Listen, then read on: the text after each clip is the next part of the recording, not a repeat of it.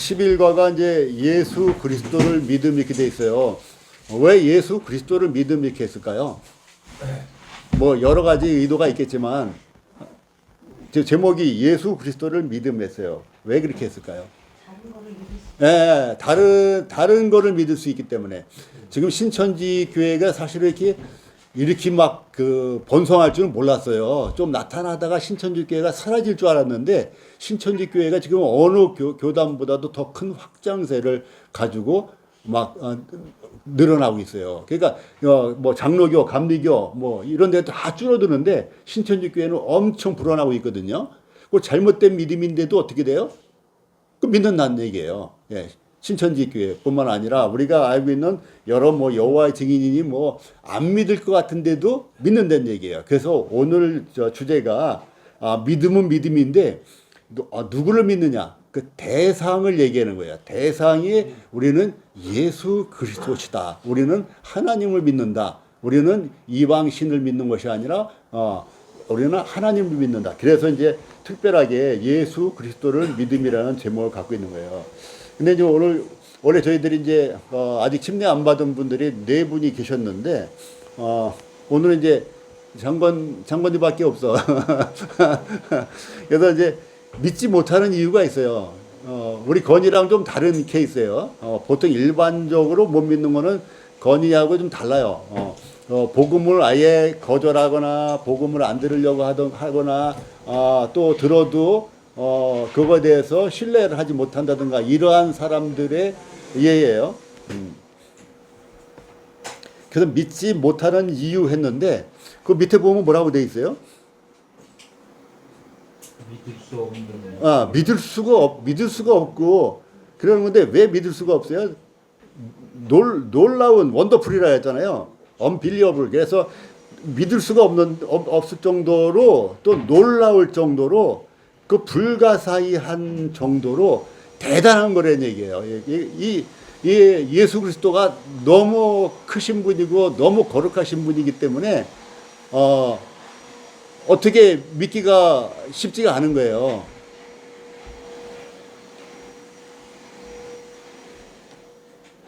지난번에 제가 예화를 드렸잖아요. 제가 김일기 형제님한테 커피를 한 잔 딱 드리면은 형님이 뭐라 그러시겠어요?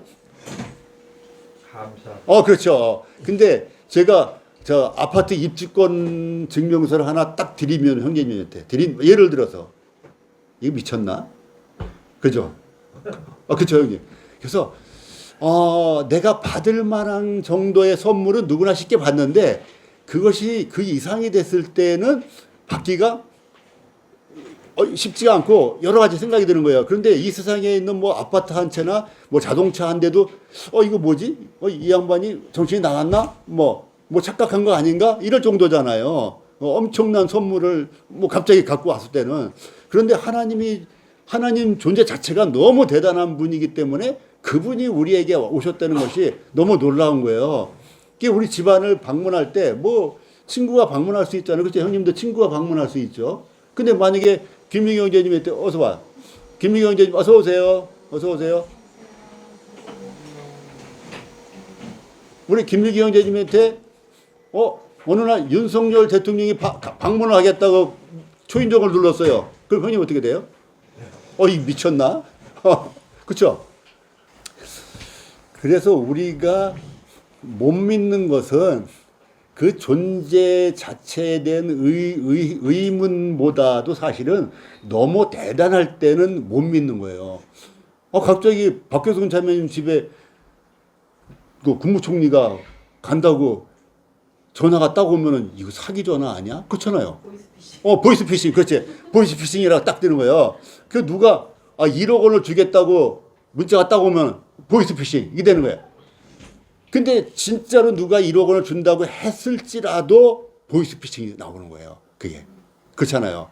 너무 놀라운 일이기 때문에 못 믿는 거예요. 꼭 그 대상이 시원찮아서 그런 게 아니라 그래서 여기 믿지 못하는 이유 여기 보시면 돼요. 요 지금 나눠드린 거 문서희 씨 요거 보시면 돼요. 네네. 그래서 우리가 예수 그리스도를 믿음이라는 주제를 갖고 지금 공부할 거거든요, 오늘. 근데 믿지 못하는 이유에 대해서 뭐 어떤 사람은 자기 마음이 나쁘고 뭐 욕심이 많고 죄가 많고 뭐 이런 경우들도 있지만 정상적인 경우라 하더라도 믿을 수 없을 만큼 놀라운 거란 말이죠. 믿을 수 없을 만큼 크단 말이죠. 그 선물이 너무 내가 받을 만한 그 상상을 초월한 선물을 누가 줬을 때는 이거 사기 아니야? 보이스피싱 아니야? 이렇게 돼서 믿지 못한다는 얘기예요. 그래서 하나님이 그러시고 예수 그리스도께서 그러시고 그분이 우리에게 가져다 준 천국 시민권, 영생의 선물이 그와 같기 때문에 너무 크고 놀랐기 때문에 실제로 못 믿는 경우가 많다. 이제 이걸 설명하려고 하는 거예요. 자, 그 밑에 보면 누가복음 24장 9절부터 나와 있죠. 자, 무덤에서 돌아가서 누가 돌아갔어요? 무덤에 왔다가 예수님이 부활하신 걸 보고 누가 돌아갔어요? 그 뒤에 가로 안에 있죠? 이 여자들이란 말이야. 막달라 마리아와 요한나와 야고보의 모친 마리아, 또 그들과 함께 한 다른 여자들이 예수님 부활해서 그 돌문으로 가두었던 그 안에 예수님이 안 계시고 그분이 입었던 옷만 남아 있었단 말이죠. 이 사실, 또 천사를 만난 사실을 돌아가서 누구한테 알려줬어요? 예, 사도들이라고 나왔죠. 예, 제자들에게 이 사실을 알렸어요. 어떤 사실이요?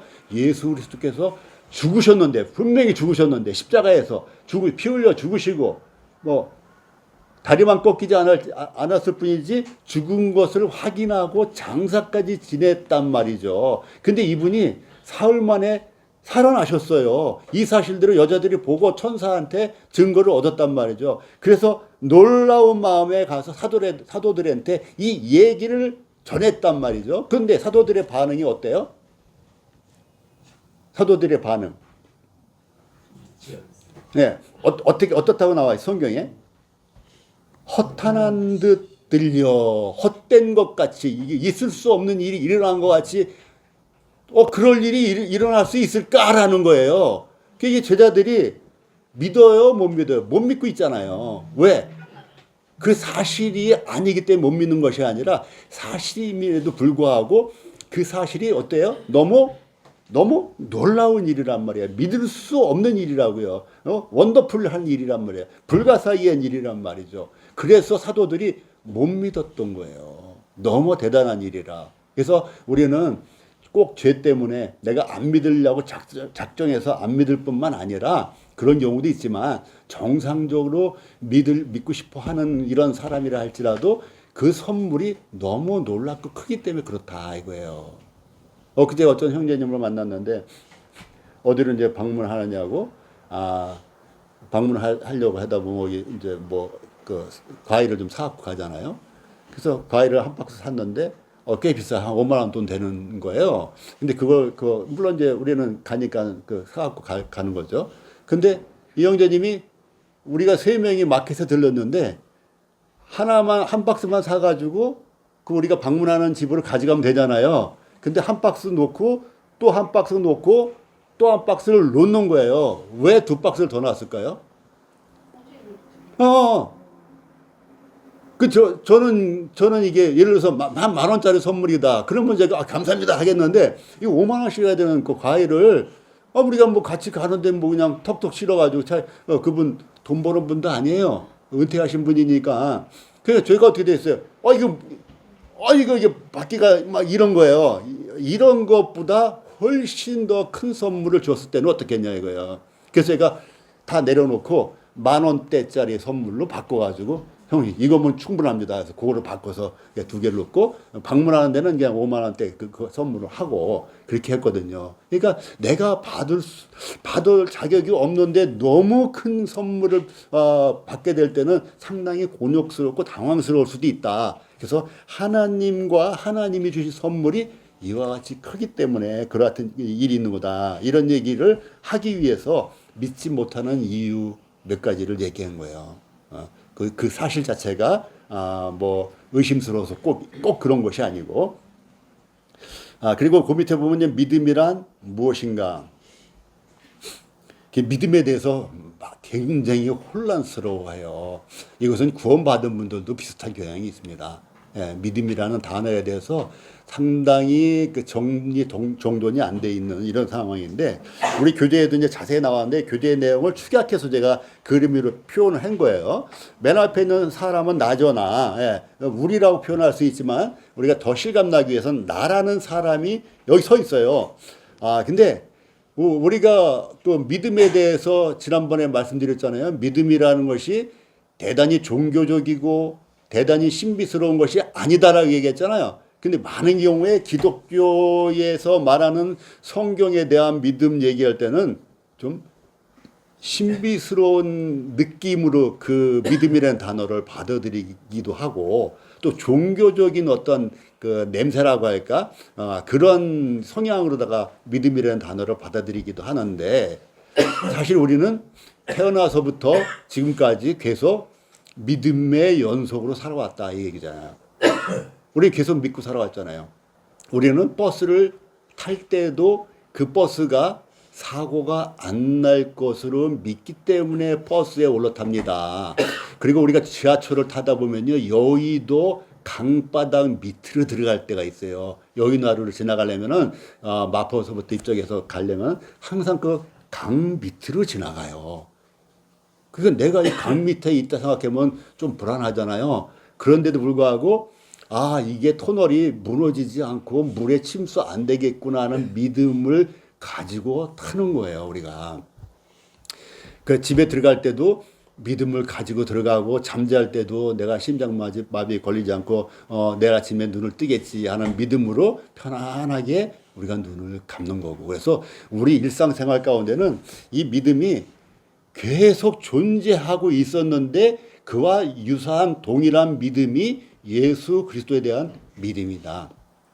신비적인 믿음이 아니다. 이런 얘기를 하는 것이고, 지금 제가 이제 나라는 사람이 믿음이라는 화살표를 가지고 방향을 지시하고 있는데요. 성경 그림이 있잖아요. 성경 그림 밑에 보면 대상이라고 되어 있죠. 대상. 그래서 이 믿음에는 대상이 있어야 된다. 이게 대상이 올바르면은 올바른 믿음이 되는 것이고, 대상이 잘못되면 잘못된 믿음을 말한다. 이게 전도할 때 많이 우리가 이용해야 돼서, 믿음이라는 것은 네가 잘못된 선택을 하는 믿음을 갖고 있으면 그대로 살아간다. 네가 범죄하는 일을 가지고 돈 벌을 믿음 갖고 하면은 범죄하게 된다. 그리고 네가 정말 이단의 것을 믿으면은 이단자가 되는 것이다. 그러니까 우리는 마귀를 믿으면 마귀의 자녀로다가 계속 살아가는 거예요. 하나님을 믿으면 하나님의 자녀로 살아가게 되고, 그래서 중요한 것이 대상이 중요하다 이거예요. 대상이. 그래서 저 같은 경우에 저희 집안에 이와 같은 올바른 그 성경적인 기독교가 들어온 것에 대해서 굉장히 감사하고 있어요. 만약 그렇지 않았으면은 만약 우리 집안이 뭐 불교에 심취해 있다, 예를 들어서 또 뭐 이슬람교에 심취해 있다면 저도 그 길로 갈 수밖에 없어요. 왜? 믿음은 우리의 자유이기 때문에 우리의 자유에 의해서 어떤 것을 선택할 수도 있단 말이죠. 심지어 어디까지요? 선악을 알게 하는 나무의 열매를, 선악과를 따먹는 데까지, 범죄하는 것까지도 우리는 얼마든지 믿음을 갖고 선택할 수 있다. 그래서 대상이 중요하다. 대상. 그래서 이 대상은 예수 그리스도고, 또 내용, 대상이 가지고 있는 내용이 중요한 건데, 그 내용은 예수님의 피로 말미암은 우리의 속죄함, 우리의 죄를 용서해 주신 그 사실에 대한 믿음을 내용이 있다. 그리고 그러한 근거는 어디에 있다? 성경에 기록되어 있다는 것이에요. 그리고 이제 믿음 후에라고 되어 있죠, 화살표로. 그 믿음 후에는 삶의 변화가 있고, 또한 이것은 이제 뭐 여기서는 이제 1, 2, 3하고 4번을 믿음 후에 삶의 변화도 얘기했지만은, 우리 교재에서는 1번 대상, 2번 내용, 그 다음에 3번 근거, 그 다음에 4번은 자기 행위를 얘기를 해요. 이 행위는 뭐 열심히 율법을 지켜서 하는 이런 우리가 말하는 율법적인 행위가 아니라, 주님이 문을 두드릴 때 문을 열어주는 행위를 얘기하는 거예요.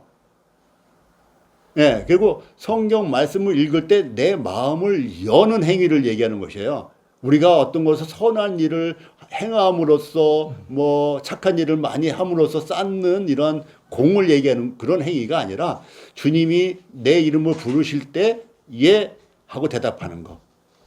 그러한 행위를 얘기하는 거예요. 그래서 그러한 의미의 행동이 필요하다는 얘기를 하신 거고, 저는 요걸 이제 삶의 변화 쪽으로 살짝 빼놨어요. 근데 요거를 1, 2, 3 밑에다가 교재에는 넣어놨기 때문에 그렇게 해도 된다. 이렇게 하고요. 그 밑에 표를 제가 그려놨어요. 그 믿음의 대상과 내용과 근거와 행위하면은 이게 뭐 어떻게 된 거지? 그 관계가 혼란스러울 것 같아가지고 제가 밑에다 표를 만들어 봤어요. 첫 번째 예예요. 1, 2, 3, 4가 있죠? 예, 요건 하나하나가 가까이 예예요. 첫 번째 예는 뭐냐면은 대상이 아버지예요. 대상이 아버지. 그 대상이 아버지인데 그 아버지가 막대한 유산을 아버지가 막대한 유산을 상속한 이런 예를 들은 거예요. 그래서 아들이 있는 거예요. 아들이 있는데 나라는 사람이 있는데 나의 아버지가 대상이에요. 그래서 아버지가 어떤 내용이냐? 유산을 막대하지 않아도 좋아요. 어쨌든 유산을 상속한다는 내용이 있어요. 근데 그 내용이 유언장에 쓰여 있는 거죠. 유언장에. 그래서 그 근거는 그 내용에 대한 근거는 유언장이다. 그러면 내가 무엇을 해야 돼요? 이런 상속을 해준다는 유언장에 여러 가지 내용이 있고 그 대상에 내가 믿을 만한 아버지고 그 내용은 어떤 재산을 상속한다는 내용이 유언장에 있을 경우에 나는 어떤 행동을 할까요? 그럴 일이 없어. 그러면 내 거가 되나요? 상속 절차를 밟아야 되죠. 뭐 변호사를 선임하든 아니면 뭐 어디 법무사를 찾아가든 해가지고 이것을 상속받기 위해서 절차를 밟고 명의 이전을 하고 해야 되는 행동이 있는 것이 이것이 최소한의 행동이라는 얘기예요. 최소한의 행동. 이미 아파트가 됐던 10억이라는 현금이 됐던 간에 이미 아버지의 유언장에는 누구 거로 돼 있다? 내 걸로 돼 있단 말이에요. 내 이름으로 돼 있단 말이에요. 예? 그 근거는 유언장이란 말이죠. 유언장에 기록이 됐단 말이에요. 그러면 내가 그것을 보고도 이건 그럴 리가 없어. 나한테 이렇게 막대한 선물을 줄 리가 없어. 이렇게 믿지 아니하고 절차를 안 밟으면은 내 거가 안 되는 거예요. 그래서 상속 절차를 밟는 것이 행위란 말이죠. 그래서 우리 교재에 나오면은 교재에는 대상과 내용과 근거 또는 증거라고도 돼 있어요.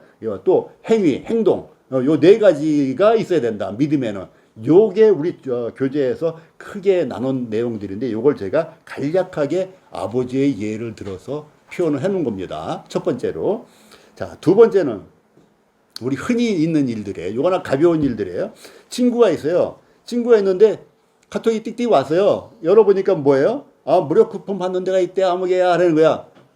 딱 카톡을 보고 무료 쿠폰을. 그러면 그 사이트를 링크했으면 그 대상이 친구야. 내가 믿을 만한 친구야. 그러면 누르죠. 근데 그 친구가 아니고 엉뚱하게 뭐 이상한 데로 왔어. 그러면 이제 보이스피싱이니까 안 믿는 거예요. 그래서 대상이 중요하고 대상이 내가 아주 친한 친구야. 막 자주 만나는 친구고 또 나랑 또 내가 선물도 주기도 하고 그런 관계라면은 그 카톡에서 링크를 눌러서 어떻게 되겠어요? 내가 그 무료 쿠폰을 받는단 말이죠. 요것이 대상, 내용, 근거, 행위란 말이죠. 요것이 있을 때 무료 쿠폰이 나한테 오는 거야. 아까 이제 아버지가 유언장에다가 막대한 재산을 상속했을 때 내가 절차를 밟으면 이제 내 명의로다가 바꿀 수 있는 것처럼 그 선물은 이미 주어진 것이고 이미 주어졌다는 게 굉장히 중요한 거예요. 자, 이게 두 번째까지의 예고. 세 번째는 아들이 있어요, 아들. 요건 제가 이제 실예로 드릴게요, 쉽게. 요건 이제 제 아들이에요, 제 막내 아들. 그거 예를 들어둔 거예요. 제가 몇 년 전에 얘가 이제 그 북일고에 있으니까 지방에 있었는지 아니면 그때 학원에 있었는지 어쨌든 얘가 집을 떠난 경우가 많았기 때문에 했는데 그 카톡이 왔어요. 뭐라고 왔냐면은 문자가 왔구나, 그때는. 아빠, 밖을 내다보세요. 문자가 온 거예요, 저녁 때인데. 달이 이상하게 빨가요, 그러는 거예요. 보통 달이 노란데 달이 빨갛고 아마 밝았던가 봐요. 그러니까 내 눈에도 이상하니까 또 아빠가 그런 걸 또 이렇게 관심이 있어 하니까는 아빠 나와서 보세요 라는 거예요. 제가 어떻게 했겠어요? 나갔어요. 집에서 창문을 여니까 안 보여. 그러니까 제가 나갔어요. 나가서 그 달을 봤어요. 예. 여기에도 대상은 내 아들이에요. 믿을 만한 아들이고 그러니까는 그 대상이 내용이 뭐냐? 보름달을 보세요 그런 거예요. 그 근거는 뭐예요? 문자로 왔단 말이에요. 전화가 아니고. 그래서 내가 나가서 그 달을 진짜 봤어요. 내가 아들을 안 믿고 그 내용을 안 믿고 뭐든지 안 믿었으면은 나가서 볼 수가 없었겠죠. 요게 이제 세 번째 예화예요. 자, 마지막으로 가장 중요한 게 이제 하나님이에요. 하나님. 대상은 하나님이에요. 대상은 하나님인데 그 하나님이 우리에게 영원한 구원, 너희 죄를 영원한 죄를 속죄했다고 너희 죄를 내가 다 담당해서 네가 죽어야 될 그 십자가에 내가 죽는다. 그래서 너는 더 이상 죄로 인해서 괴로워할 필요가 없다. 너는 이제 죄에서 해방됐다. 이제 죄 용서를 다 내가 했다 하고 2000년 전에 이미 예수님이 해놓으신 그 사실이란 말이에요. 내용이 그거예요. 내용이. 자, 그 근거는 뭐예요? 근거는 성경에 기록되어 있다. 성경에. 예? 약속의 성경에 기록되어 있다는 얘기예요. 그러면 내가 할 일은 뭡니까? 내 행동은 마음을 여는 거예요. 마음을 여는 거야. 그 택배 기사가 띵동 그 선물을 갖고 배를 눌렀을 때 그 문을 열고 그 선물을 받아들이는 것처럼 내 마음을 여는 거예요. 요게 하나, 둘, 삼, 4단계, 1단계, 2단계, 3단계, 4단계 요 내용이라 이거예요. 그래서 우리 믿음은 요약하면 한 번 더 요약하면 믿음에는 대상이 있다. 대상이 있어요. 마귀를 믿을 수 있어요. 정말 그 일본에는 그 뭐 10만 개 정도의 신이 있다고 그러잖아요. 10만 개 정도의 가미사마. 그래서 거기는 유일신이 개념이 없대요. 우리나라는 복받은 나라예요. 하나님이라는 유일한 특별한 신에 대한 이름이 있어요. 우리나라는. 근데 일본은 그게 없어요. 전부 가미사마야 그냥. 뭐 북어대가리도 가미사마, 멸치대가리도 가미사마, 그 고목나무도 가미사마. 그냥 그들이 그냥 그 신이라고 믿으면 다 신인 거예요. 그 만신이야 만신. 그런데 우리는 유일신이 있단 말이죠. 이스라엘 사람들처럼. 그래서 우리에게 대상은 하나님이고 그 하나님이 우리에게 주신 선물의 내용은 영원한 구원이다. 죄 용서합니다. 거듭남의 기회를 주셨다. 그리고 그의 근거는 성경이고 그 우리가 할 일은 아무것도 없는데 마음을 여는 거 하나가 있다. 받아들이는 거 하나가 있다. 요게 우리가 11과에서 배우는 핵심 끝입니다. 공부 끝이에요. 오늘 공부 다 한 거예요, 이제. 끝이에요. 나머지 이제 구체적으로 이제 살펴봐야 되겠죠? 자, 밑에를 조금만 더 봐봐요. 믿음에 대해서 얘기하려고 하는 거예요. 그 대상에 대해서 얘기하려고 하는 거예요. 밑에도 여전히 사람들 그림이 있죠? 나예요, 나. 다른 사람 신경 쓸 거 없어요, 나. 내가 별을 볼 때 뭘로 봅니까? 별을 보신 적이 있나요? 망원경으로 혹시? 네, 저는 본 기억이 있어요. 뭐 이렇게 아주 긴장한 그 망원경 말고 일반적으로 이제 집에서 보는 이런 것들을 보게 되면은 숲에서 뭐 별이 아니라 할지라도 그 체험하는 숲 현장 가면요 그 망원경 빌려줘요. 그럼 그걸 보면 얼마나 잘 보이는지 몰라요. 안 보이던 것들이 보인단 말이죠. 또 현미경도 마찬가지예요. 안 보이는 세계가 현미경을 보면 너무 신기한 것들이 많아요. 그래서 그런 거 보면 저는 굉장히 좋아하는데 일단 여기서 이제 별이라는 걸 본 거예요. 별. 자, 대상은 별이에요. 예? 이건 일단 우리 우리 세계에서 일어난 일을 얘기하는 거예요. 그래서 내가 별을 보고 싶은데 별을 자세히 볼 수가 없고 안 보여 대부분이. 근데 천체 망원경으로 보게 되면 별을 좀 더 자세히 관찰할 수 있고 안 보이던 별도 보인단 말이죠. 근데 거기에는 도구가 필요해요. 도구는 뭐예요? 망원경. 그래서 별을 바라보려면은 망원경이 필요한 거예요. 또 그 밑에 보게 되면 다른 예어가 있죠.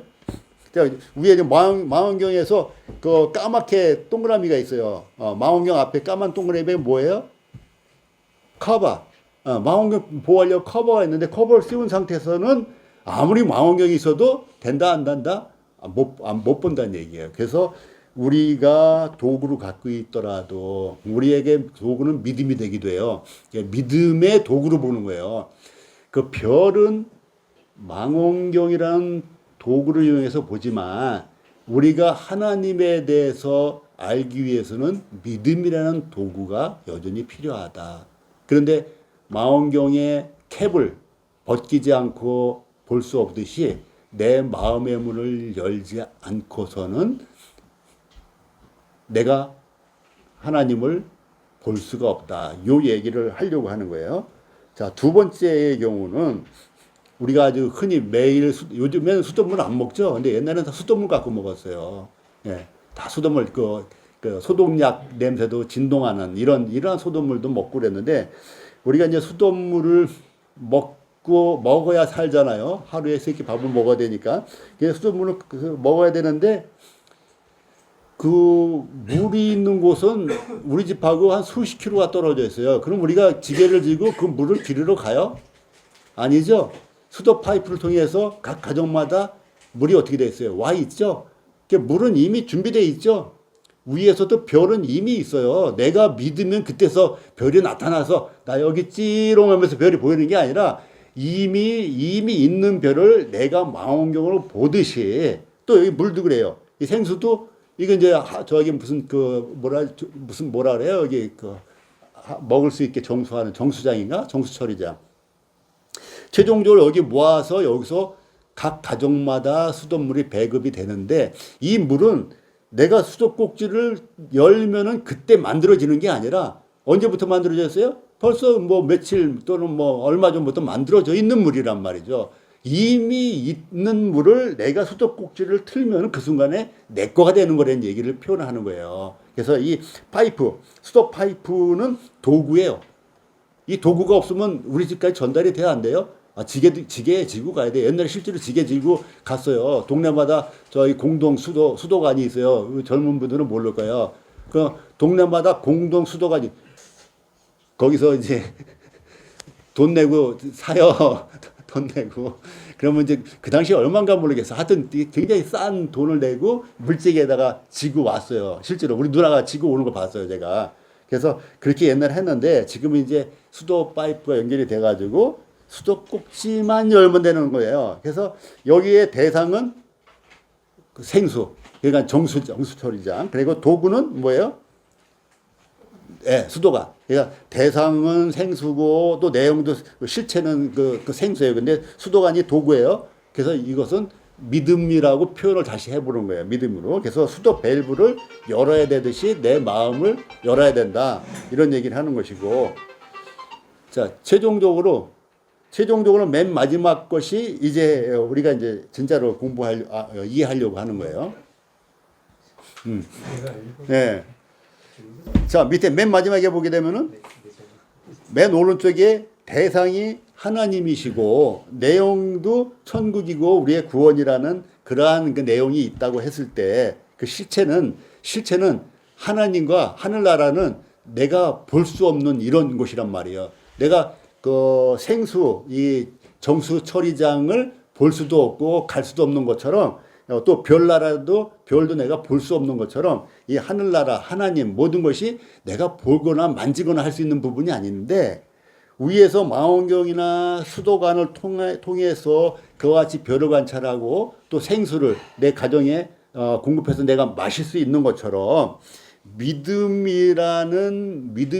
것이 있을 경우에 보이지 않는 것을 보게 된다. 근데 그와 같은 도구는 성경이다. 성경을 우리에게 주셨기 때문에 그래서 이와 같은 것들을 나름대로 이제 이해하기 쉽게 이제 표현을 한 것이니까 믿음이 무엇인가?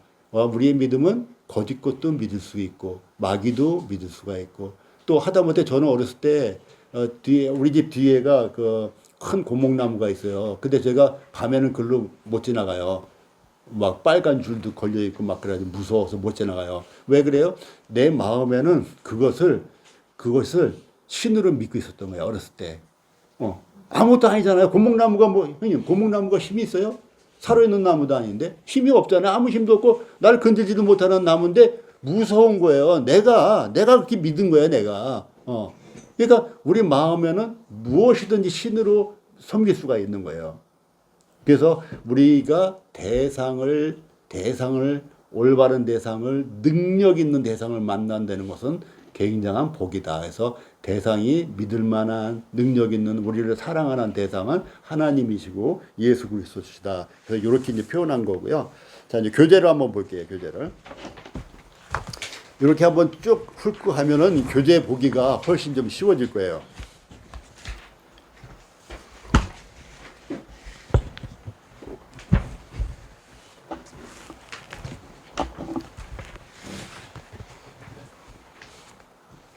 자, 교재 보실 때는 요거를 안 해드렸는데 복사를 그 성구를 다음 전에 성구를 복사해 드릴게요. 그 믿음이란 무엇인가 이런 부분에 이제 그 성구들을 제가 찾아드린 게 있거든요. 오늘 처음 오신 분들은 좋고, 자, 예수 그리스도를 믿음 하게 되면은 첫 번째 나오는 그 문장이 뭐예요? 빌립보 감옥의 간수가 하는 말이 있어요. 이렇게 질문할 만한 거예요.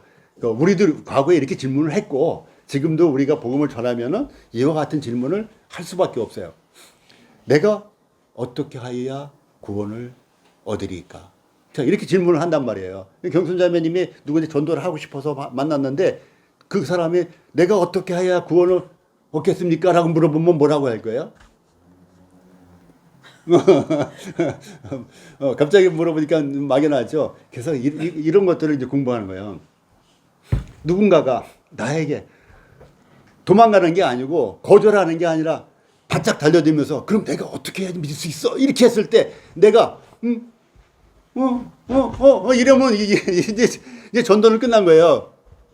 영림자매님 안 그래요? 그럼 끝난 거지. 그러면은 내가 그래서 자녀들이 그래요. 알았어. 내가 엄마가 교회 가자고 할 때 내가 맨날 거절했는데 알았어. 엄마한테 좀 배울게. 엄마 그럼 내가 어떻게 구원받을 수 있겠어? 이렇게 물어보면 뭐라 그럴까요? 응 그럴까요? 그 묻질 않아. 그냥 많이 물었다 가정을 해요. 뭐라고 그럴까요? 주님이 과거였는데 미래의 모든 죄값을 다 갚았고 이거를 믿고 주님을 영접하기만 하면 돼. 영접하기만 된다. 그래요. 아주 요약 핵심을 딱 했어요. 근데 아이들은 미심쩍을 거예요. 그래서 그런 것들을 지금 공부하는 거예요. 그걸 구체적으로 어떻게 할 것인가. 그래서 여기서는 이제 사도 바울이 뭐라고 얘기했어요. 아주 쉽게 얘기했죠. 지금 자매님이 얘기하신 것처럼 아주 쉽게 얘기했어요. 아주 쉽기도 한 거예요, 사실은. 주 예수를 믿으라. 그리하면 어떻게 됐어요? 너와 내 집이 구원을 얻으리라. 여기서 명령이 있어요. 명령형이에요. 명령형인데 무엇을 명령했어요? 믿으라는 명령을 한 거예요. 이게 오늘날 잘못된 그 가르침, 잘못된 복음이 있는데 네가 할 게 아무것도 없어 맨날 그런단 말이죠. 그냥 기도만 하면 돼 이런단 말이죠. 그게 이제 반은 맞는데 반은 틀린 거예요. 우리가 행동이 있다 그랬잖아요. 그 행동은 선을 쌓는 행동이 아니라 우리 마음문을 여는 믿는 의지가 필요해요. 의지. 하나님에 대해서 의지가 필요한 거예요. 아까 우리가 예를 4가지 들었잖아요. 상속 절차를 밟는 의지. 그렇잖아요. 하나님 믿는 거는 의지입니다. 의지. 그 의지가 필요한 거예요. 그리고 링크에 접속하는 의지. 의지가 필요한 거예요. 그 뜻이 서야 된단 말이죠. 그리고 내가 나가서 하늘을 쳐다보는 의지가 있어야 되는 거예요. 그래야지 보름달이 빨간지 뭔지 알 수 있고 그 성경을 받아들이는 의지가 필요한 거예요. 물론 저절로 받아들여질 때가 있어요. 저 같은 경우는 저절로 받아들여졌어요. 그래서 그것을 제가 거절 안 했어요. 방어 안 했어요. 네. 그런 경우 있어요. 그것도 받아들이는 것도 의지란 말이죠. 그런 의미에서 주 예수를 믿으라 했는데 사도 바울이 주 예수를 믿으라 했을 때는 거기 모인 사람들이 예수님을 되게 알고 있는 거예요. 우리나라에서는 예수라는 존재를 2000년 전에 몰랐죠. 우리나라에서는. 근데 그 당시에 이스라엘에서는 예수님이 오해도 받고 있었지만은 예수님이 여러 가지 그 이적을 행한 것도 알고 있고 병 고친 것도 알고 있고 또 그분이 하나님의 아들인 것이라고 주변에서 얘기하는 것도 다 들어서 알고 있는데 마지막 최종적인 결단을 못 내리고 있는 사람들이 태반이었단 말이죠. 바리새인들이나 그를 공격하는 어떤 사람들을 빼놓고는. 그래서 이 사도 바울이 주 예수를 믿으라라고 했을 때는 그분들은 이미 익숙하게 알고 있는 내용들이 포함되어 있는 경우가 많다. 모든 사람은 아니더라도. 이렇게 얘기를 했던 거예요. 자, 여기서 이제 그 어떤 내용이 있냐면 이상한 사상들이 있다는 거야. 이 믿음에 대해서. 비성경적인 사상들이 있다는 거예요. 이건 실제로 우리 주변에 많이 있어요. 그래서 몇 가지 예를 들었어요. 5가지.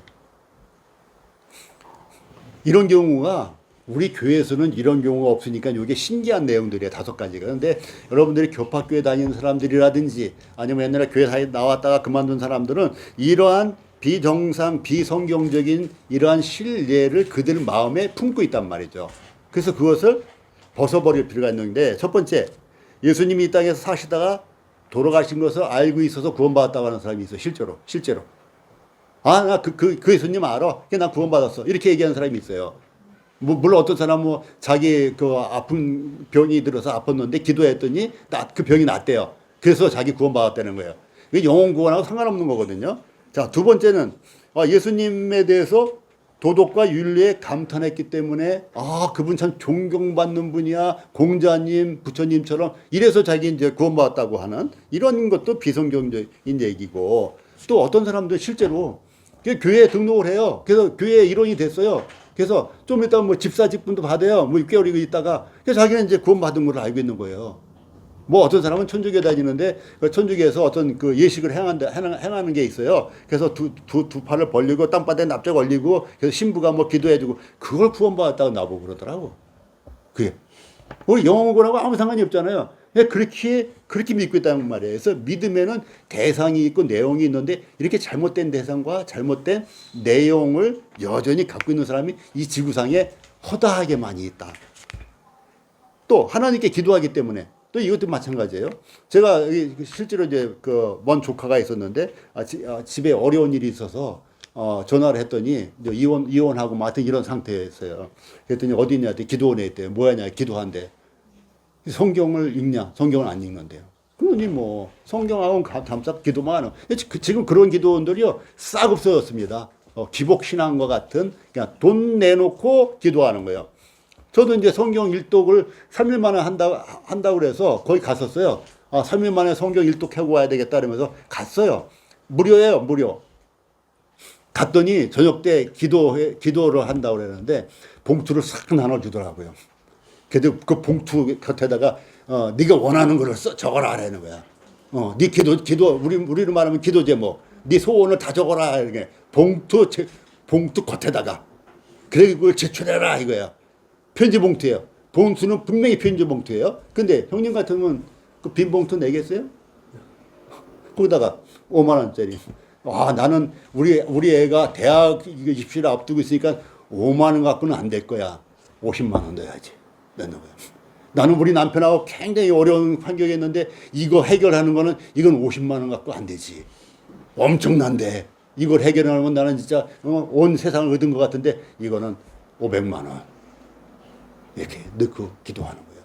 무료인데 그 사람들은 더 많은 돈을 받는 거예요. 그래서 이러한 것들 하나님께 기도하기 때문에 내용이 없어요. 내용이 대상도 하나님이 아니에요. 이런 엉터리도 얼마든지 믿을 수 있고 믿고 있다.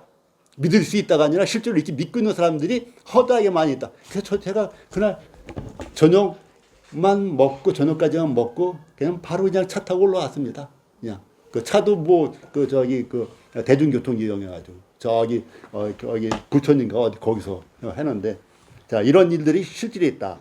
그리고 이제 주기도문과 사도신경, 주기도문 좋은 겁니다. 사도신경 내용도 아주 좋아요. 그런데 이것을 주문처럼 외울 필요가 없기 때문에 우리는 이것을 주문처럼 외우지 않고 우리 마음에 성령님의 인도하심을 따라서 기도하는 거예요. 자, 이런 것들이 다른 거예요. 그래서 이와 같이 다른 여러 가지 내용들이 있다. 다 잘못된 사상들, 잘못된 믿음들이 있다. 이런 얘기. 자, 그래서 이제 첫 번째가 예수 그리스도의 믿음에서 믿음이란 무엇인가가 나와요. 우리 믿는다는 말을 많이 하는데, 아까도 내가 누구랑 얘기를 하고 또 사람들이 얘기할 때마다 하지만 또 저 스스로에게도 그래요. 이 믿음이란 무엇인가 했을 때, 믿음이 나로부터 나온 것은 틀림없어요. 그렇잖아요. 나로부터 나온 것은 틀림없지만 믿음의 근거는 나에게 없어요. 내 속에서 나온 건 틀림없는데 믿음의 증명 근거 나에게 없어요. 지금 우리가 커피를 마시는 것은 이 커피에 대한 믿음은 나로부터 나온 것이지만 커피에 대한 믿음은 커피로부터 오는 거예요. 커피로부터. 이것이 커피면은 커피로 내가 믿는 것이 맞는 거예요. 그러니까 내가 이거 앞에 놓인 것이 커피가 맞나 하면서 내 마음을 들여다봐. 자, 이거 경선자매님, 이 앞에 놓인 커피가 있는데 이 커피가 진짜 커피인가 하면서 내 마음에서 커피를 찾으려고 해봐요. 없어요. 내 마음에는 그 증명 증거가 없어요. 맞나 하면 어디로 확인해야 돼요? 커피로 확인해야 되는 거. 커피를. 그러면 하나님이 나를 사랑하시는가 하는데 내 마음을 아무리 살펴봐도 나는 이렇게 죄가 있는데 하나님은 나를 사랑하실 리가 없어. 내 마음에 없는 거야. 그러면 그 증거를 찾기 위해서 어디를 봐야 돼요? 성경을 봐야 되는 거예요. 그리고 예수님이 2000년 전에 나를 위해서 그 십자가에 죽으셔서 내 죄를 다 짊어지고 가셔서 내 죄를 용서하셨다 그랬는데 내 속에 보면 아까도 만내 거짓말했고 아까도 만내 짜증냈고 아까도 하나님 믿지도 않고 신뢰하지도 않고 하나님 막 의심하고 막 그랬는데 내 속에서는 근거가 있어요 없어요? 없어요. 그래서 근거를 찾고 확인하려면 성경으로 하는 거예요. 이거 분명히 아셔야 돼요. 분명히. 많은 우리 그 학생들, 우리 청년들, 또 이제 초등학생들 중에 간혹 구원받다고 하는데 이 아이들이 여기 혼돈을 가져요. 믿음이 자기 안에 있는 걸로 알고 있고, 나로부터 출발된 건 맞지만은, 근데 좋을 때는 어때요?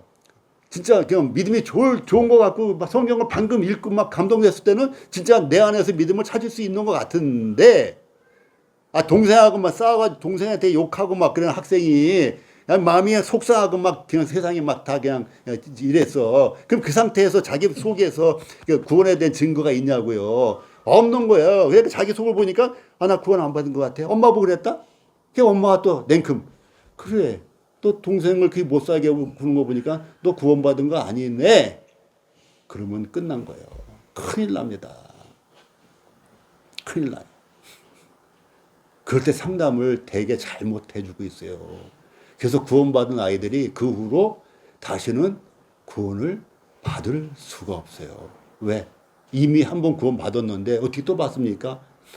과거의 것이 부인이 됐는데 어떻게 구원을 받습니까? 부인된 거가 그게 구원이라면은 그거가 없어요. 앞으로는 이미 지나간 것이기 때문에 그 똑같은 거는 제시해봤자 부인되는 거고 그래서 다시는 그와 똑같은 구원은 없어요. 상담을 잘해야 됩니다. 그래서 주님을 믿는 거나 그 죄 용서함 받는 거, 거듭난 거, 영생 얻는 거 이것들이 다 원래는 단순한 거예요. 원래는 간단한 거고 원래는 내 속에 있는 것이 아니라 성경에 있는 거예요. 내가 믿든지 안 믿든지 상관이 없이 예수님은 어떻게 됐어요? 죽으셨어요? 안 죽으셨어요? 죽으셨어요. 내가 믿으니까 예수님이 십자가에 올라가셨습니까? 상관없는 거야. 왜? 내가 태어나기도 전에 있는 옛날 일이니까. 아버지가 유산을 나한테 남겨놓고 유언장을 써놓을 때는 내가 아버지를 믿어서 어떤 행동을 해서 그런 게 아니라 아버지가 일방적으로 남겨놓으신 거라는 거예요. 아버지가. 내가 그것을 재산에 대해서 생각도 하지 않았을 때, 아버지의 유산에 대해서 생각도 하지 않고 밥 벌어먹고 살기 힘들고 다니고 그럴 때 벌써 아버지는 10억 유산을 그래서 성경에서 이 구원은 내가 믿으니까 그때 십자가에 이렇게 매달려시고 내가 믿으니까 거기서 피 흘려주시고 이게 아니고 내가 믿기도 전에 내가 태어나기도 전에 이미 일어난 일이란 말이에요. 2000년 전에. 이게 굉장히 중요한 거예요. 이것에 주목을 해야 된단 말이죠. 내 마음에 주목할 것이 아니라 이러한 내용, 이러한 대상, 이러한 증거에 주목하셔야 된다고요. 권위 알겠어? 대상이 중요한 거야. 내 마음이 중요한 거야. 대상이 중요한 거야. 그 내용이 중요해. 사실이 중요한 거야. 실체가 중요한 거야. 자, 믿음이란 개인적인 신뢰고 확신이고 설득이고 의뢰다. 내가 그것을 그러니까 대상에게 있는 거예요. 믿음은 나로부터 출발하지만은 믿음은 그 대상에게 달린 거라고요. 자, 그리고 믿음에는 이제 그 다음에 1번부터 이제 4번까지 나와 있어요. 아까 이제 설명해드린 내용이기 때문에 이미 다 아시는 내용들이에요. 자, 믿음에는 대상이 있다. 믿음에는 대상이 있다. 두 번째는 믿음은 내용을 필요로 한다. 내용이 있다는 얘기예요, 결국은. 또 믿음은 기초가 있다는데 뭐 기초, 증거, 기반, 뭐 이런 거, 근거 이런 내용이에요. 그래서 믿음에는 그러한 근거 또는 기초가 있다. 이게 이제 단어 번역하기가 좀 애매했던 것 같아요. 그 믿음에는 행위를 수반한다. 이거 오해하시면 안 돼요. 이것은 이제 선을 쌓고 뭐 공을 쌓고 이런 율법적인 그 행위가 아니라 마음을 여는 거, 받아들이는 거, 영접하는 이런 행위를 얘기하는 거예요. 그래서 크게는 네 가지 이해가 있는데 제가 나눠드리는 성구를 다 읽어보셨나요? 성구 다 읽어보신 분? 한 분? 한 분? 자, 성구집을 나눠드린 지가 몇 개월 됐는데 이거 한 분밖에 안 읽었다고요. 제가 눈이 아니 저기 숙소를 할 거 없어요. 다 바쁘고 다 가족을 위해서 헌신하고 사시고 그런 당연하지 뭐 당연한 건데 근데 이제 어쨌든 중요한 것은 이 성구가 중요하다. 성구가 이것이 하나님의 말씀 이게 엑기스예요. 이 하나님의 말씀을 보기 위해서 이 교재 내용을 설명한 거예요. 교재는 설명해 놓으신 거고 실질은 성경 구절인데 자 성구를 한번 보세요. 성구 없는 분 옆에서 같이 봐주세요. 예. 예.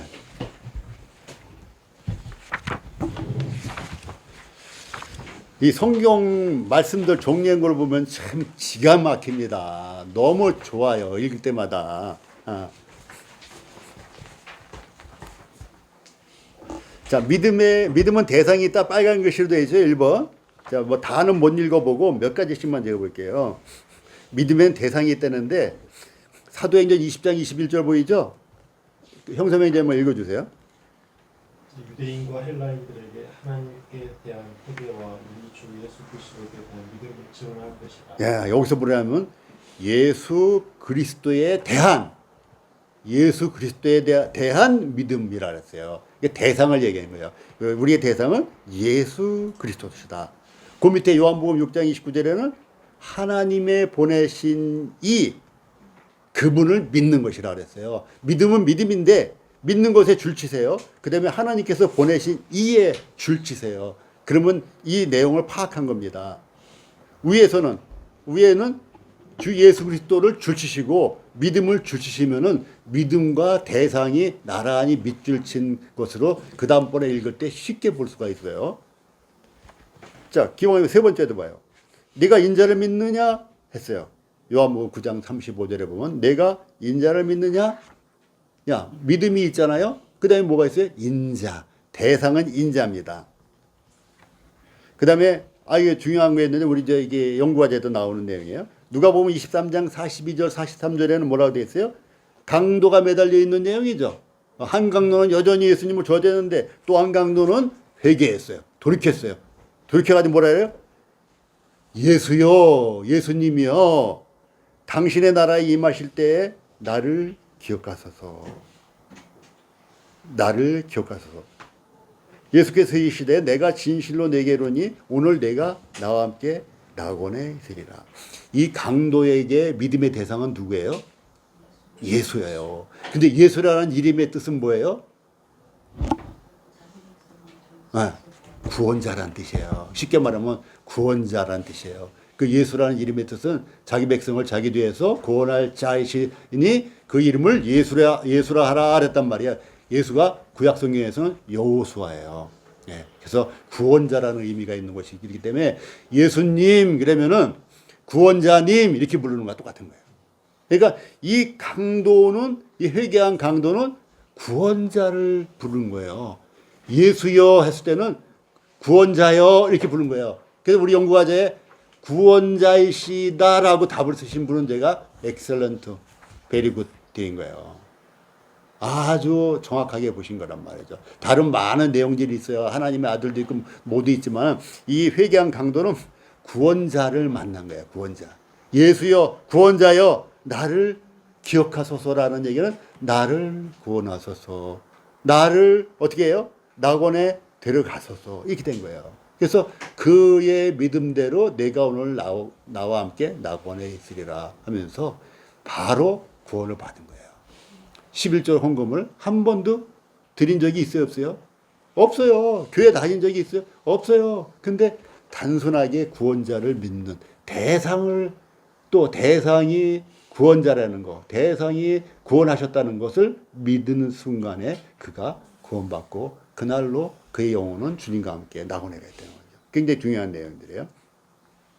그 다음에 2번 건너뛰어서 2번 믿음은 내용을 필요로 한다 그랬잖아요. 내용을 필요로 한다. 자, 사도행전 15장 7절에서 믿음은 내용을 필요로 한다. 자, 여기서 내용이 뭐가 될까요? 예, 복음의 말씀. 또 찾아보면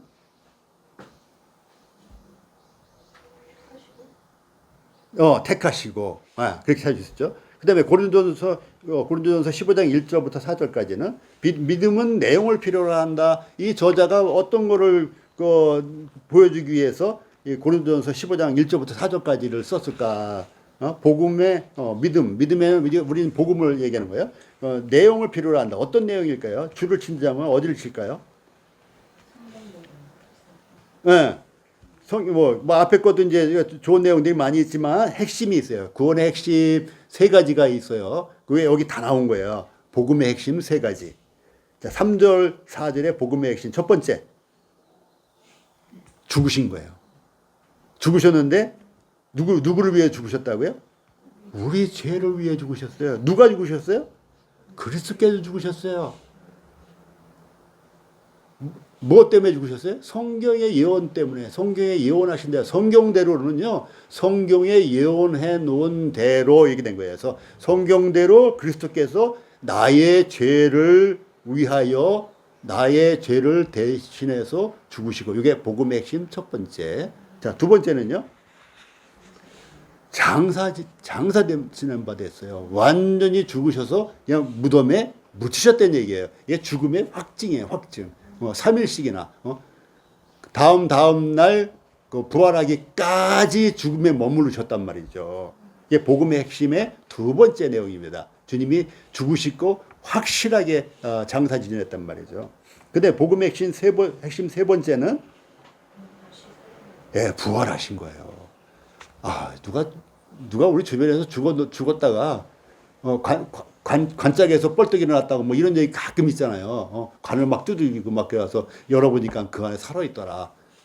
근데 그걸 사실은 이제 죽었다 부활한 게 아니고 뭐예요? 덜 죽은 거지. 덜 죽은 건데 죽은 줄 알고 이제 의사가 오진을 해서 했는데 이게 기절한 상태인 건데 죽은 줄 알고 했는데 그래서 덜 죽었는데 그래서 관까지 했는데 그 사람이 막 안에 막 두들기고 그러니까 막 실제로 이게 기사도 몇 번 나와요. 가끔 있어 이런 일들이. 요건 덜 죽은 것이고, 근데 예수님이 죽었다가 살아나신 건 정말 죽었다가 살아나신 이 기적이 일어난 거죠. 기적. 근데 이 기적이 예수님에게만 일어나나요? 그게 아니기 때문에 이게 중요한 거예요. 이게. 우리는 다 죽는 거 두려워하죠. 형님도 죽는 거 좀 나도 무섭고. 그런데 우리가 위로가 되고 소망이 있는 것은 우리가 육체적으로 죽지만은 육체적으로 다시 부활할 것이다. 누구처럼? 예수님처럼. 그게 예수님이 첫째 부활이에요. 우리도 다 그 첫째 부활의 첫 열매에 속했다 그랬어요. 그게 내 마음의 증거인가요? 성경의 증거라 했죠. 내 마음엔 그런 증거가 없어요. 내 마음은 갈 때보다도 약해요. 변덕도 심하고 의심도 많고 특히 제가 그래요. 그래서 그러한 증거는 성경에 있다. 그래서 여기서 그리스도께서 우리 죄를 위하여 죽었다는 것이 내 죄를 위해 죽으셨다는 것이기 때문에 놀라운 복음이고 놀라운 은혜인 것이고 그것이 그냥 아까 말한 것처럼 덜 죽어서 이렇게 뭐 죽었다 깨어나 이런 게 아니라 장사돼서 3일 동안에 관짝에서 안 일어난 것처럼 그렇게 완전히 죽었다는 것이 이게 장사 지낸 바 되었다. 이거예요. 그리고 부활하셨다. 우리에게 부활의 소망을 주시기 위해서. 그래서 복음의 핵심 3가지의 내용이 필요로 하다고 해서 내용으로다가 예시를 한 거예요. 그 다음에 에베소 1장 13절에도 있죠. 자, 그 안에서 너희도 진리의 말씀. 있잖아요. 진리의 말씀. 곧 너희의 구원의 복음. 그랬잖아요. 구원의 복음. 그걸 어떻게 했다고요? 구원의 복음을 듣고, 듣는 게 중요해요. 듣는 거. 듣고 그 안에서 또한 믿어. 약속의 성령을 인침을 받았다. 그래서 믿어에 줄 쳐보세요. 그럼 믿어에 줄 치게 되면은 뭐에 또 줄 쳐야 되겠어요? 내용이 뭐예요? 예, 진리의 말씀 또는 복음이에요. 복음이 우리 믿음의 내용이란 말이죠. 복음이라는 게 뭐예요? 우리 죄를 위해서 주님이 죽으셨다는 게 복음 아니에요. 또 주님이 부활하셨다는 게 복음이란 말이죠. 자, 그 다음에 쭉 넘어가고 3번 믿음에는 뭐가 있다? 네, 근거가 있다. 또는 기초가 있다고 성경에 되어 있는데 믿음에는 근거가 있다. 근거. 자, 근거는 어디에 근거해야 된다? 내 마음속에? 내 마음속에 없다고요. 자꾸 제가 강조하는 거예요. 내 마음속에 계속 없어요. 부부싸움은 되게 하고 났어요. 그럼 내 마음속에 아무 믿음이 없는 거야. 주님이 날 버렸나? 뭐 이렇게 되는 거예요. 내 속을 보게 되면, 내 마음을 보게 되면. 근데 성경에는 결코 버리지 않는다. 끝까지 함께 한다. 끝까지 지키신다. 이게 성경의 내용인 거예요. 그래서 믿음의 근거가 중요한데 근거는 무엇이다? 예. 데살로니가 전서 2장 13절에서 어디에 밑줄을 쳐야 돼요? 예, 하나님의 말씀, 또 하나님의 말씀, 또 말씀 세 군데 줄을 치시면 됩니다. 그래서 믿음의 근거는 하나님의 말씀이다. 그래서 데살로니가 전서 2장 13절을 저자가 언급한 이유는 이 말씀을 보여주려고 언급한 거다. 그러니까 우리가 이러한 성경을 안 보고 교재만 보게 되면은 그러면 그냥 반만 보게 되는 거예요. 반만. 그 사실은 확인을 할 수가 없잖아요. 정말 성경에 그렇게 써 있는가? 그 확인을 지금 성구를 통해서 하고 있는 중이라고요. 자, 로마서 10장 17절에는 어디 줄 쳐야 돼요? 예. 그리스도의 말씀. 그다음에 요한일서 5장 9절은 예, 하나님의 증거 또 나오죠. 그다음에 아들에 대한 증거, 아들에 대한 증언 이렇게 이게 믿음의 근거다, 믿음의 기초다. 그게 성경이다 이거야. 그다음에 데살로니가전서 2장 13절은요. 하나님 말씀 또 하나님의 말씀 또 나오죠. 또 말씀 예, 그것을 믿는 것이다 이거예요. 예. 또 로마서 3장 3절에서 4절은요. 예. 주의 말씀 밑에 나오죠. 주의 말씀. 예. 자, 그 다음에 네 번째로 믿음은 행위를 수반한다. 이거 제가 누누이 말씀드립니다. 율법적인 행위가 아니고 우리가 마음을 여는 거, 주님을 영접하는 거, 우리가 의지를 발동하는 거 이런 걸 얘기하는 거예요. 자, 마태복음 12장 13절에서는 어떻게 했어요? 손 마른 사람이 하는 거예요 지금. 누가 이르신 거예요? 이르시되 했단 말이에요. 누구예요? 예수님이 누구에게? 손 마른 사람에게. 손 마른 사람은 뭐예요? 어렸을 때 초등학교 시골에서 다녔는데 친구가 여기 엉겨 붙었어요. 이게 그걸 얘기하는 것 같아요. 그래가지고 이게 손을 못 쓰는 거지. 완전히 피부가 다 붙어가지고 이걸 손 마른 사람이라는 것 같아요. 실제로 그런 우리 친구가 있어서 우리가 늘 불쌍했는데 그래서 여기 이제 이런 사람인데 이게 낫겠냐고 말로 낫느냐고요. 근데 이 마태복음 12장 13절에 보면 예수님이 손을 뭐라고 명령하셨어요? 내밀라 그랬어요. 그때 어떤 행동을 했습니까? 손 마른 사람이 내밀었어요. 이걸 얘기하는 거예요. 이런 행동을 얘기하는 거야. 손을 내밀었는데 에이 미친 사람 같으니 예수님한테 그러면 도망갔으면 이게 낫겠냐고요. 내밀라니까 뭔지 모르지만 내민 거야. 내민 거 자체가 믿음인 거라. 뭐 대단한 경외심을 가지고 이런 믿음이 아니라 예수님이 내밀라니까 어떻게 쭉 내밀었어. 그냥 난 거지 그냥 내밀라 했으니까는. 그래서 낫다고 해. 다른 손과 같이 회복되어 성하더라. 우리 그 친구도 한 손만 말았더라고요. 한 손만 그렇게 했더라. 그러니까 다른 손은 멀쩡한 거예요. 근데 다른 손과 같이 회복되어 어떻게 됐어요? 성하더라. 제대로 됐더라 이 얘기예요. 성한다는 얘기는. 자, 이게 지금 뭐예요? 믿음에는 행위를 수반한다. 요 얘기를 하는 거예요. 네 번째.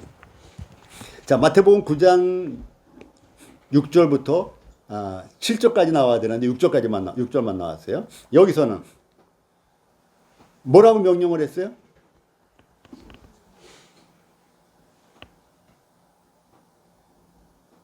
명령한 내용이 뭐예요? 가서 씻으라. 아니. 일어나라. 중풍병자에게 말씀하시되 뭐라 했어? 일어나. 가지고 집으로 가래요. 아니, 중풍병자면은 뭐예요? 이게 사실은 뭐 걷기나 제대로 걷나? 뭐 되게 못 걸었잖아요. 뭐 사지 이렇게 되니까. 근데 중풍병자에게 누워서 꼼짝 못하고 누워 있거나 뭐 앉아 있거나 했겠죠. 근데 일어나. 집으로 가래요. 그럼 안 가고 뭔 이상한 소리를 하시오? 그러면 어떻게 됐어요? 그냥 그대로 그냥 중풍병자리 있는 거예요. 근데 그 다음 절에는 여기 안 써 있는데 그가 일어나 집으로 돌아가니라 이렇게 됐어요. 놀라운 일이에요. 놀라운 일. 이게 역사적인 기록이라고요. 역사적인 기록이에요. 예수님이 말씀하니까 그 말씀을 무시하거나 거절한 게 아니라 그대로 단순하게 뭐 대단한 종교심을 발동하고 이런 게 아니라 그랬잖아요. 우리가 흔히 갖고 있는 커피 앞에 커피가 있으면 그냥 이렇게 이게 믿음이란 말이에요. 이걸 일어나는데 일상적인 믿음으로 집으로 간 거예요. 가니까는 나 때는 얘기죠. 자, 그 다음에 요한복음 9장 7절에서는 어떻게 됐어요? 누구에게 얘기했어요? 맹인 또는 소경. 요즘에 이것도 여러 가지가 또 있더라고요. 저기 장애인들을 그 표현을 잘해야 된다고 해서 이런 것들도 막 맹인, 소경 그러면 안 되고 막 이런 법들이 막 만들어지고 그러는데 어쨌든 성경에는 이제 소경이라고 나왔으니까 소경이 앞으로 못 보잖아요. 앞으로 못 보는데 그치 시각장애 그렇게 말해야 돼요. 그래야지만 이게 이제 존중하는 거가 되는 거예요. 자, 여기서는 이제 그 장애인인 소경이에요. 앞을 못 보는 장애인이에요. 근데 이분에게 뭐라고 명령했다고요? 이거 누구 생각이 나요? 나만 생각나지 않아요? 물에 담그라 했더니 나만이 처음에는 뻗팅겼잖아요. 그럼 나만이 만약에 계속 뻗팅겼으면 문득병이 안 난 거예요. 근데 그 부하의 그 말을 듣고 에이 밑에 본전이지 한번 가서 담궜는데 문득병이 싹 난 거예요. 그래서 나만이 그런 것처럼 이 앞 못 보는 장애인도 가서 씻으라 하니까 뭐라 그랬어요? 어떻게 했어요? 가서 씻고 요게 행위를 수반한다의 행위란 말이죠. 아무것도 할 게 없어요. 뭐 이게 우리가 아무것도 할 게 없는 거는 반은 맞지만 우리가 적극적으로 의지를 발동해야 될 이유가 있다. 그래서 관심을 표명하는 것도 의지예요. 내가 믿어야지 천국에 간다는 것을 깨닫는 것도 의지의 일환이란 말이죠. 이런 마음이 있을 때 믿음이 나도 모르게 쓱 들어온단 말이죠. 자, 여기까지만 하고, 자, 믿음의 신뢰,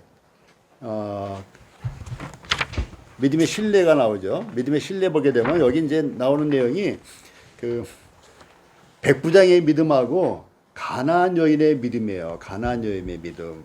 자, 백부장의 믿음 말고 가나안 여인의 믿음, 우리 이제 연구과제가 나왔기 때문에 이것만 볼게요. 자, 27절 보세요. 마태복음 15장 27절. 자, 이 가나안 여인이 이 장면을 읽으면 참 어떻게 보면 가나안 여인이 굉장히 불쌍하게 여겨지잖아요. 어떤 상황이에요? 요 상황을 경선자매님이 한번 요약을 해줘봐요. 아는 내용이죠, 이거. 네. 요약을 해줘봐요. 어떤 상황인지. 납치를 봐라 좀 강구하는데 하나님이 그 개들한테 던짐이 마땅치 않다고 거의 좀 거절하시는 식으로 했는데 그래도 매몰차게. 네, 매몰차게 하셨는데 굴하지 않고 네. 개들도 부스러기는 먹는다고 야. 매달린. 그러니까 이 가나안 여인은 이방 여자예요, 유대인이에요? 이방 여자예요. 그런데 이방 여자를 어떻게 표현을 했어요? 개로 표현했어요. 우리도 어떤 표현을 받아야 돼요? 개로 표현받는 거예요. 근데 이방 여자가 기분 더럽게 나쁘네. 당신이 유대인이면 다야. 이러고 갔으면 어떻게 됐어요? 자기 딸이. 안 났죠. 자기 딸이 어떤 상황이에요? 흉악한 귀신 들였단 말이에요. 그러면 자기 딸이 맨날 막 뒤집어지고 해. 이 여자가 자기 딸이 볼 때마다 마음이 무너질 거 아니에요. 그래서 예수님을 찾아와서 예수님한테 부탁을 했더니 아니 개에 대한 비유를 하면서 개에게 던지는 것이 마땅치 않는다 했을 때 이 자존심이 딱 생겨가지고 에이 내가 뭐 다른 데 가서 알아보던 말이지 이럴 수도 있는데 뭐라고 그랬어요? 네. 뭐라고 그랬어요? 개들도 제 주인 상에서 떨어지는 부스러기를 먹습니다. 그러면서 자기가 개에 불과하더라도 부스러기라도 먹게 해 주셔야 되는 거 아닙니까? 라고 요청을 한 거예요. 예, 자기 개에 비유했는데 그 개의 비유를 합당하게 여긴 거란 말이죠. 여기서 이 여자의 겸손을 얘기하는 거예요. 우리가 주님 앞에서 겸손할 필요가 있다. 그래서 우리 연구하다 쓴 거에서 겸손이라는 단어 또는 그와 유사한 표현을 하신 분은 베리굿이에요. 이게 겸손, 이 여자의 겸손. 근데 이 여자는 뭐 이방인이니까 당연히 해니까 뭐 사실 겸손이 아닐 수 있어요. 그런데 예수님이 이 땅에 오셨다는 것은 대단한 겸손이죠.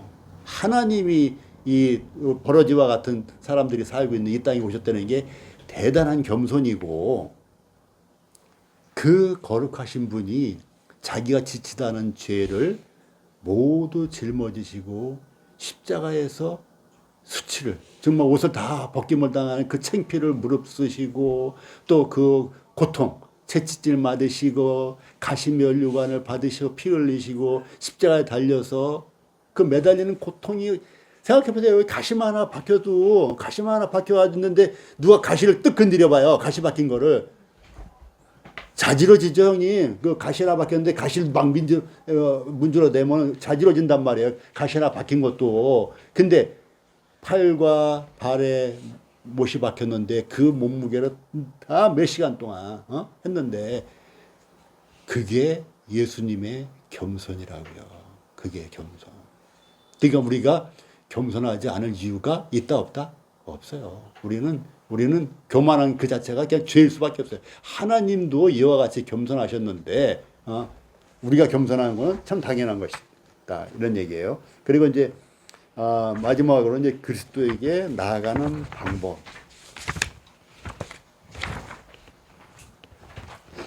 자, 그리스도께 나아가는 방법. 첫 번째는 뭐예요? 첫 번째. 보시면 되지. 성령님이 중요해요. 성령님이 우리 죄를 깨닫게 하셔요. 두 번째는 뭐예요? 우리 죄를 회개한다. 회개라는 단어는 이제 우리는 오해를 안 하지만은 많은 분들이 오해하죠. 보통 이거를 막 죄 용서해달라고 빌고 막 이런 거를 회개라고 이제 저는 이제 교법계 다닐 때 했어요. 그래서 맨날 기도하는 게 뭐냐 용서해달라고. 새벽기도 나왔거든요. 새벽기도 가면은 뭐 나만 그런 게 아니라 다 울고불고 뭐 어저께 뭐 했던 일 다 얘기해요. 뭐 남편하고 했던 일, 뭐 아내랑 했던 뭐 사업하다가 뭐 한거면서 이 죄를 용서해달라고 막 그거를 이제 회개하라고 목사가 얘기를 딱 떨어지면은 시작하는 게 자기 죄를 막 내뱉으면서 용서해달라고. 그게 회개가 아니고 자기의 죄를 깨닫고 돌이키는 거야. 하나님께로.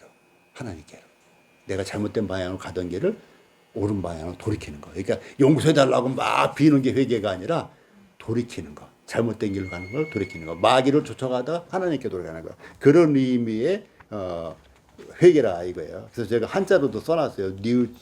뉘우친다는 거예요. 뉘우치고 고친다는 얘기예요. 자, 여기서 지금은 믿음의 정도를 얘기한 거예요. 그래서 자, 이제 복음에 대한 지식을 갖는다. 세 번째요. 자, 첫 번째는 뭐라고요? 성령님께서 의해서 죄를 깨닫게 하신다. 깨닫는 거야. 성령님이 깨닫게 하시니까 나는 깨달아야 되는 거예요. 그 다음에 우리 죄를 돌이킨다. 돌이키는 거예요. 올바른 대로. 그릇된 데서 올바르게 돌이킨다. 세 번째는 복음에 대한 지식을 갖는다. 이 지식에 대해서 제가 할 말이 많다고 그랬잖아요. 늘. 지식만 많아가지고만 머리만 커져. 이런 얘기하는 사람은 저는 아주 별로예요. 지식이, 잠깐만요. 뭐 여쭤본 거 있어요? 야, 지식이 많은데 머리만 컸다는 거는 그 사람이 적용을 잘못한 것이지, 지식이 많은 것은 대단히 좋은 것이고, 하나님이 지식이 예수 그리스도와 저를 아는 지식에서 자라가라. 자, 우리가 결혼하기 전에 맞선을 봐요. 그쵸?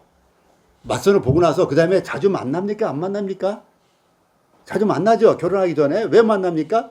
알아가기 위해서 만나는 거예요. 알아가면서 관계가 더 친밀해지고 서로 믿음, 신뢰가 두터워지면 나중에 결혼식을 올리는 거란 말이죠. 네, 이건 이렇게 된 거예요. 그래서 이거는 주님을 많이 알수록 주님과 관계가 어떻게 돼요? 좋은 거예요. 그러니까 내가 믿음 상태가 안 좋다? 이 얘기는 주님과 주님을 자세히 알아가는 시간을 가졌다, 안 가졌다? 안 가졌다는 얘기예요. 부부지간에도요, 대화가 없으면 오해가 쌓이고 그러면요, 관계가 멀어집니다. 하나님과도요, 관계가 좋았다가, 믿음이 좋았다가, 믿음이 어느 때 안 좋아요. 누구나, 나도 그러고. 그거는 하나님을 아는 지식에서 자라가지 않은 거예요. 말씀을 멀리 했다는 얘기예요. 그런 의미에서 복음에 대한 지식을 갖는다. 자, 네 번째는요, 예, 하나님의 말씀을 믿는 거예요. 받아들이는 거예요. 그냥 있는 대로 받아들이는 거예요. 특별한 어떤 그 신앙적인, 종교적인 이런 게 아니라 그냥 성경 읽으면서 내가 받아들이게 되니까. 그래서 받아들이는 것을 한자어로다가 영접한다. 저 한자로 써놨어요. 그 다음에 여섯 번째는 뭐예요? 이러한 결과로 우리는 다른 사람들 앞에서 주님을 시인한다. 요거를 많이 못하는 경향이 있어요. 저도 맨 처음에 그랬어요. 제가 술을 무지 좋아했잖아요. 그 술을 잘 먹고 있다가 어느 날 나를 오랜만에 만난 사람들인데 내가 술을 딱 안 먹잖아요. 그럼 그 사람들이 나를 보고 어떻게 했어요? 어디 아프냐 물어보는 거지. 뭐 약 먹냐 물어보는 거예요. 한약 먹으면 술을 안 먹으니까. 그때 내가 얼른 내가 예수 그리스도를 믿었다. 내가 이제 거듭난 그리스도인이 됐기 때문에 나는 이제 더 이상 술을 안 먹는다고 얘기를 해야 되는데 그 얘기를 하기가 힘들더라고요. 처음에 구원받고 나서. 그러니까 다른 사람 앞에서 시인을 해야 될 때 시인을 못 하는 거예요. 그렇게 되면 어떻게 되는 어떤 결과가 있냐? 그 다음번에 또 만나면 또 술 권합니다. 그래서 내가 안 되겠다 싶어서 내가 이제 교회 나가서 이런 일이 딱 했죠. 그 다음부터 이제 술을 한 거네요. 시인하고 나니까. 저 사람한테 주면 안 된다. 저 사람은 안 먹을 사람이다. 저 사람 내가 안다. 저 사람 승깔도 안다. 이게 된 거예요. 저 사람 한번 아니라면 아닌 사람이다. 이게 된 거예요. 근데 그전에는 내가 이제 슬그머니 피할 때는 잠시 안 먹는 건 줄 알고 계속 권하죠. 근데 내가 딱 잘라서 얘기하니까 그다음부터 안 거여서 편안하게 그냥 술을 안 먹는 걸로 돼 있단 말이에요. 그래서 이 남들 앞에서 시인하는 게 신앙생활을 유지하는데 굉장히 중요하다. 그렇지 않으면은 잘못하면은 휩쓸리게 돼요. 거기에 그 무리의 분위기에. 그래서 이 결과를 우리는 하나님 앞에서 또 자연스럽게 시인을 할 수밖에 없어요. 사랑하는 사람이 있어요. 그러면 그 사랑하는 사람이 있다고 친구들 앞에서 시인하게 되는 거예요. 자랑하게 되는 거예요. 그런 의미에서 자랑할 필요가 있다. 요까지예요. 그래서 그 말씀을 한번 조금씩 몇 개씩만 볼게요. 자, 성령님이 우리 죄를 깨닫게 하세요. 자, 뭐라 그랬어요? 요한복음 16장 8절부터 11절에 보게 되면은 앞에 내용들이 많이 있어요. 죄에 대해서, 의에 대해서, 심판에 대해서 있는데 책망하시리라 해서 책망은 꼭 나무를 한다는 의미도 있지만은 깨닫게 한다. 죄를 생각나게 한다 이거예요. 그러니까 우리가 아이들이 잘못했을 때 책망한다는 얘기는 그가 잘못한 것을 깨닫게 알려준단 말이에요. 자기 자신도 뭐를 잘못했는지 모를 수가 있어요. 그래서 분명히 잘못한 것을 알게 일깨워주는 거예요. 이게 책망하는 거예요. 뭐 혼내고 뭐 이런 게 꼭 책망이 아니라 그 잘못된 것을 알게 일깨워주는 거예요. 그래서 성령님이 우리의 죄를 알게 일깨워주시는 역할을 한다.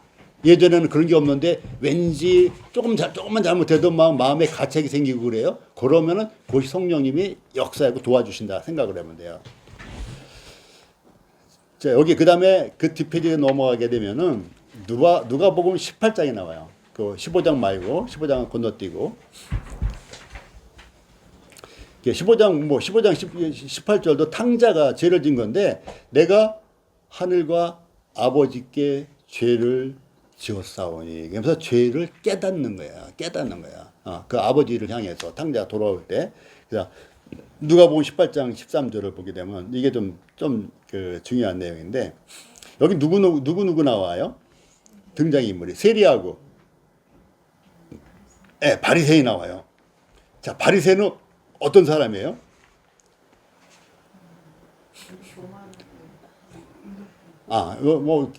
미리 그냥 교만부터 나오시네. 교만하기 전에 하나님 말씀을 철저히 지키는 사람들입니다. 아주 훌륭한 사람들이에요. 우리 이방인들은 하나님도 모르는데 이 사람들은 하나님을 알기도 하지만 그 말씀을 철저히 지키는 파가 바리새인 파라고요. 이들은 부활도 믿고 있어요. 사두개인들은 부활이 없다 하고 바리새인들은 부활이 있다 하고. 근데 이 바리새인들이 굉장히 훌륭한 사람들이란 말이에요. 그런가 하면은 세리는, 아이고 김영사 형제님이 계시네. 세관 출신. 세무사. 또 옛날에 뭐였죠? 세무사에 근무했잖아요. 그 세관이 이 세리라고요. 그만둔 지 언제인데? 그치. 그만둔 지 언제인데. 어쨌든 왕년에 잘 나가던 사람이에요. 그러니까 이 당시에 세리도 잘 나간 사람이었어요. 근데 지금하고 다르게 옛날에는 부정부패가 많은 거예요. 세리들이 부정부패가 많아서 받아가지고 자기에 착복하고. 그러니까 세리에 대한 평가가 굉장히 안 좋죠. 돈은 많이 벌어들이고 가족에 대한 환영받지만 일반인들의 세리한 평가가 굉장히 안 좋았던 거예요. 우리나라도 뭐 옛날에 세무서에 근무해가지고 극히 일부가 그런 일을 해서 평판이 안 좋은 시절도 있어요. 옛날에 불투명했던 때. 지금은 굉장히 투명해서 공무원들이고 뭐 동사무소가 다 투명하지만은. 그래도 세무사는 요즘 우리나라 돌아가는 검사, 판사보다 나아요. 자, 그래서 이제 이 바리새인과 세리를 딱 비교해 보면은 바리새인은 굉장히 그 도덕적으로 깨끗하고 우월한 사람이에요. 종교적으로도 그렇고. 근데 세리는 종교적으로도 형편없죠. 그 다음에 세상적으로도 맨날 돈 떼어먹고 하니까 막 지탄의 대상이란 말이에요. 자, 그러면 누가 봐도 세리는 나쁜 사람이고 바리새인이 의인이란 말이죠. 근데 이 평가가 달라져요. 여기서 누가 이 평가를 다르게 만드셨어요? 예수님이. 이 바리새인은 어떤 사람이냐면 기도를 하러 두 사람이 갔는데 바리새인이 따로 서서 기도했다 나와요. 여기는 안 써 있지만 따로 서서 기도했다. 그러면서 나는 토색하는 사람들, 또 불의하는 사람, 간음하는 사람들, 그 사람들과 같지 아니함을 감사하나이다 기도했어요. 그러니 얼마나 훌륭해요. 하나님이 이제 감사 기도를 했는데 나는 토색하는 사람이 누구예요? 이 세리란 말이에요. 이런 사람들하고 같지 않고 불의를 행하는 사람 같지 않고 또 이 세리는 아니지만 간음한 사람들과 같지 않음으로 인해서 감사드립니다. 나는 그런 거 행하지 않습니다 하면서 따로 섰단 말이에요. 세리랑. 그러고 나서 세리와 비교를 해요. 우월하게. 그런데 봐봐요. 세리는 어떻게 했어요? 이제 13절을 봐봐요. 세리는 어떤 입장이에요? 쳐다보지도 못해요. 쳐다보지도 못해요. 그러면서 뭐래요? 하나님이여 불쌍히 여기소서. 나는 죄인으로소이다. 자, 14절 보세요. 내가 너희에게 이르니 뭐라 그랬어요? 이에 저 바리새인이 아니고 바리새인이 더 의로운 것으로 누가 봐도 보이는데 주님이 뭐라 했어요? 하나님이 뭐라 했어요? 저 바리새인이 아니고 이 세리가 이 사람 세리가 의롭다 하심을 받고 그의 집으로 내려갔느니라. 무릇 자기를 높이는 자는 낮아지고 자기를 낮추는 자는 높아지리라. 그래서 죄를 깨달은 사람이 의인이다 이거예요. 죄를 깨닫는 게 중요하다. 근데 죄를 깨닫게 하는 건 성령님이 하신다. 이게 1번이에요. 1번. 그 다음에 두 번째는 우리 죄계를 회개한다. 회개.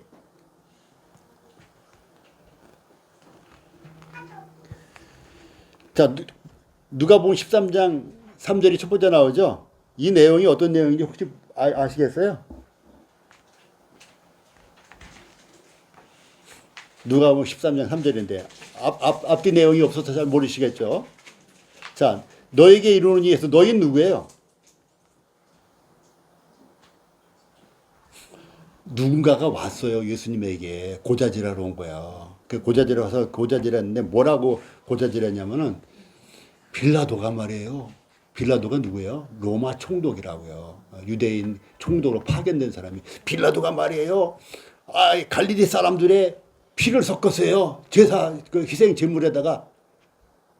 그 얘기 무슨 얘기예요? 희생 제물에. 이 갈릴리 사람들 뭐냐면 갈릴리 북쪽에 살다가 예루살렘으로 제사를 드리러 온 거예요. 그래서 그들의 희생 제사를 드리려고 해요. 드리는 중인데 그 제물에 피를 섞었어요. 누구의 피를 섞었어요? 갈릴리 사람들의 피를 섞었다는 얘기예요. 이 얘기 무슨 얘기예요? 갈릴리 사람들을 제사 드리는 그 현장에서 죽여버린 거예요. 그래서 그들이 드리는 제물에 그들의 피가 튄 거예요. 얼마나 두려운 일입니까? 그래서 이 일을 고하면서 그 갈릴리 사람들이 죄가 많아서 그런 거 아니냐고 예수님이 고하러 온 두어 사람이 있었는데 예수님이 뭐라고 그랬냐면은 너희도 회개하지 않으면 이와 같이 망하느니라.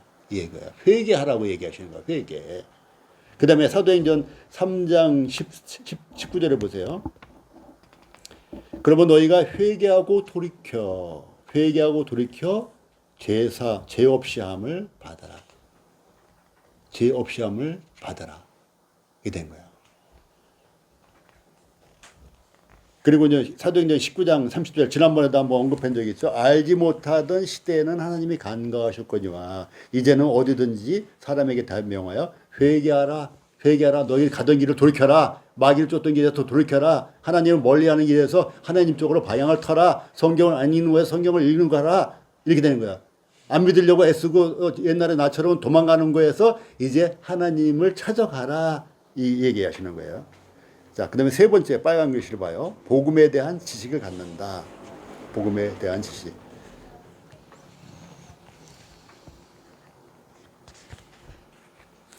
여기 아까 나온 얘기를 한번 반복해 보자고요. 오른쪽 페이지 위에 보면 고린도전서 15장 1절부터 4절까지. 여기서 보면 복음의 핵심 세 가지. 첫 번째. 지금 외웠죠? 첫 번째. 예, 죽으심. 두 번째. 장사되심. 세 번째. 부활하심. 요게 엑기스예요. 예, 죽으심. 근데 누구를 위해 죽으셨냐? 나의 죄를 위해 죽으셨다. 누가 죽으셨냐? 예수 그리스도에서 죽으셨다. 뭐대로? 성경대로. 성경의 예언대로 죽었다. 이렇게 이제 부가적으로 설명할 수가 있죠. 그래서 첫 번째는 죽으시고 장사 지내시고 부활하심. 이게 복음의 세 가지 핵심 요소들입니다. 전도할 때 이 세 가지를 같이 하시는 게 좋아요.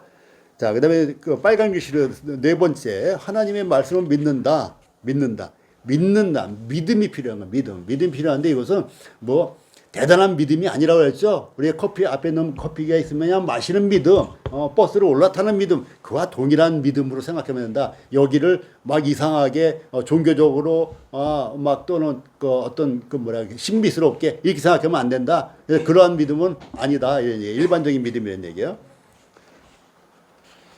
자, 요한복음 그 밑에 쭉 내려오면 요한복음 마지막에 1장 12절에 있어요. 영접하는 자 곧 그 이름을 믿는 자들에게는 하나님의 자녀가 되는 권세를 주셨으니. 전 이게 맨 처음에 어려웠어요. 영접하는 게 뭐지? 영접하는 거. 어때요? 경선자매님은 영접한다는 게 어때요? 이해가 쉽게 됐었어요?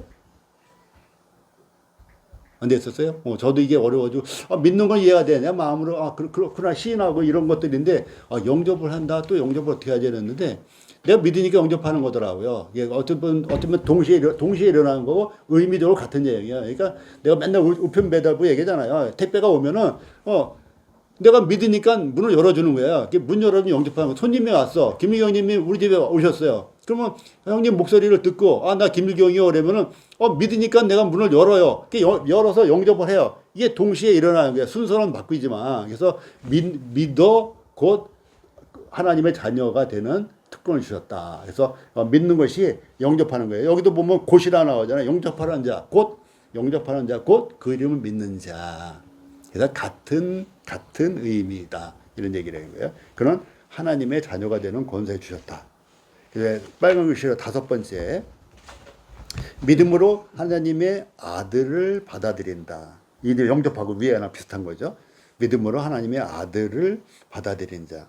굉장히 중요한 얘기 전에도 했잖아요. 그리스도인이라고 하면은 보통 교회 다니면은 일반 형님 아시는 이 교회에서는 이 교회 다니면 그리스도인이라고 그러죠. 그 사람들이 성령 받았건 안 받았건 상관없이 그냥 교회 다니면 자기 크리스찬이란단 말이에요. 근데 성경에서 뭐라 그랬어요? 그리스도의 영이 없으면 그리스도의 사람이 아니다 했단 말이에요. 분명하게. 그리스도의 영이 없으면 이게 없어. 그러면 그리스도의 사람이 아니다. 근데 그리스도의 사람을 한자어로 말하면 그리스도인이란 말이야. 그리스도의 사람이 인자니까. 그러니까 그리스도의 영이 없으면 성령이 없으면 그리스도의 사람이 아니다라면 성령이 없으면 그리스도인이 아니어야 되는 거예요. 근데 성령이 없는데도 나 그리스도인이요 라고 다닌단 말이에요.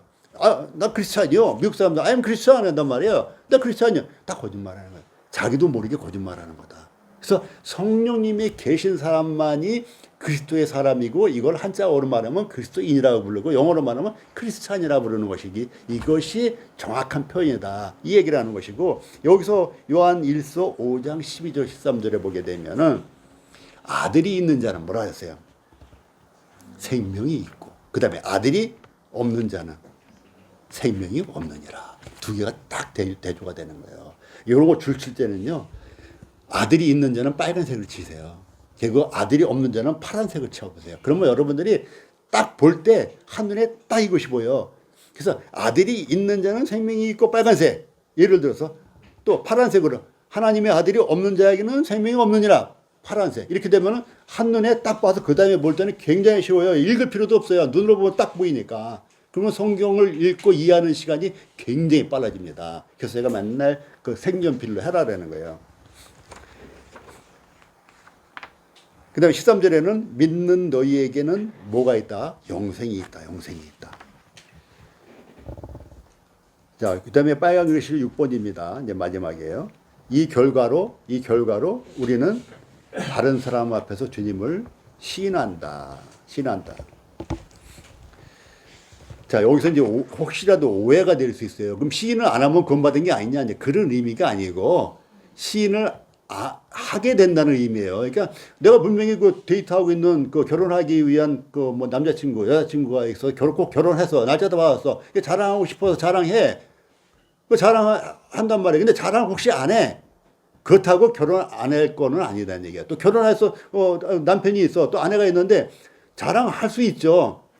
또 자랑하게 됩니다. 근데 자랑을 설사 안 했다고 해도 남편이 아닌 건 아닌 거예요. 네. 그래서 이 남에게 시인을 해야만 구원이다. 이건 아니라는 얘기예요. 제가 그 강조하는 거예요. 이거 오해하기 쉬워요, 이게. 왜냐면 로마서 10장 9절을 보게 되면 뭐라고 되어 있어요? 내가 만일 내 입으로 예수를 주로 시인하며 나와 있죠? 시인하며 또 하나님께서 그를 죽은 자 가운데 살리신 것을 내 마음에 믿으면 시인하며에 밑줄 그으세요. 그 다음에 믿으면 밑줄 그으세요. 구원에 동그라미 치세요. 자, 시인하며 믿으면 구원을 받으리라. 그러면 까딱 잘못하면 시인이 빠지면 구원이 아닌가 보다 이렇게 할 수 있기 때문에 시인을 하게 된다. 이런 의미가 있는 것이지 믿으면 시인을 하게 된다는 것이지 남 앞에 시인 안 한다고 구원이 없는 건 아니다. 요걸 이제 강조하는 거예요.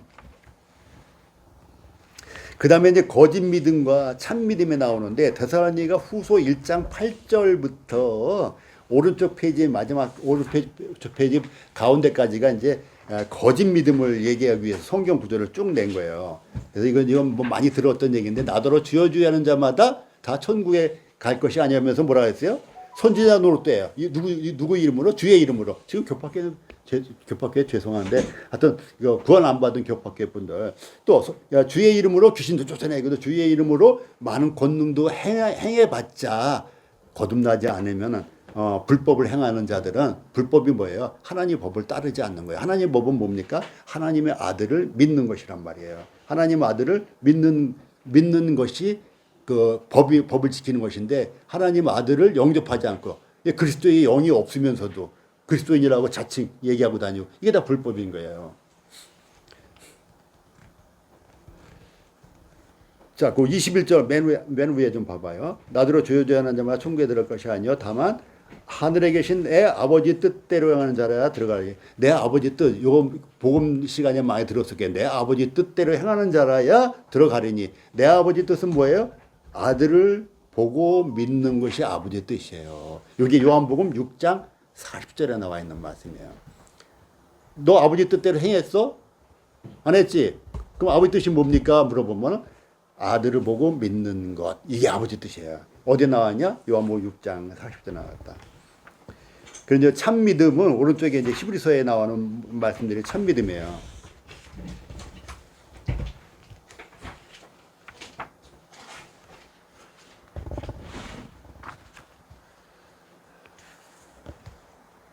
자, 뒷페이지로 넘어가면 하나만 한 구절만 볼게요. 요한일서 3장 9절부터 10절까지. 하나님께로부터 난 자마다 죄를 짓지 아니하나니. 요거 옛날에 한번 말씀드린 적이 있는데 하나님께로 난 자마다 죄를 짓지 아니하니. 근데 내가 죄를 져. 그럼 어떻게 해요? 구원받은 게 아니야. 그렇게 되나요? 하나님께로 난 자마다 죄를 짓지 아니한대요. 근데 죄를 실제로 져요. 그럼 어떻게 된 거예요? 이 상황이. 이 말씀이 어떻게 된 거예요? 하나님께로 난 자마다 죄를 짓지 않는다는데 나는 하나님께 안 났나? 왜 또 죄를 짓지? 이게 나올 거 아니에요. 그럼 이게 어떤 의미라고 그랬어요? 기억나세요? 여기서 이제 죄를 짓다라는 이게 동사가 있는데 이것은 현재형이에요. 헬라어의 현재형인데 헬라어의 현재형은 계속 반복의 의미가 있어요. 계속되고 반복되는 거. 그 죄를 계속해서 짓고 죄를 반복해서 짓는 거야. 그러면서 가책도 못 느껴. 그럴 수는 없다는 거예요. 하나님께로부터 났다면, 거듭났다면, 그리스도의 영이 있다면, 그리스도인이라면 그럴 리가 없다는 거예요. 그런 얘기를 하는 거예요. 그러니까 죄를 전혀 질 수 없다 이 얘기를 하는 것이 아니라 반복적으로 습관적으로 계속해서 짓지 않는다는 그러한 헬라어 동사로 죄를 짓는다는 의미가 있는 거예요. 요건 이제 오해할까 봐 제가 말씀드리는 거예요. 자, 그 연구과제를 한번 좀 볼게요. 네, 마지막 연구과제만 쭉 한 몇 개만 보고 이제 마치겠습니다. 연구과제 해오신 거 있죠? 연구과제 문제를 보세요. 10과 이게 우리가 이제 소그룹을 못하기 때문에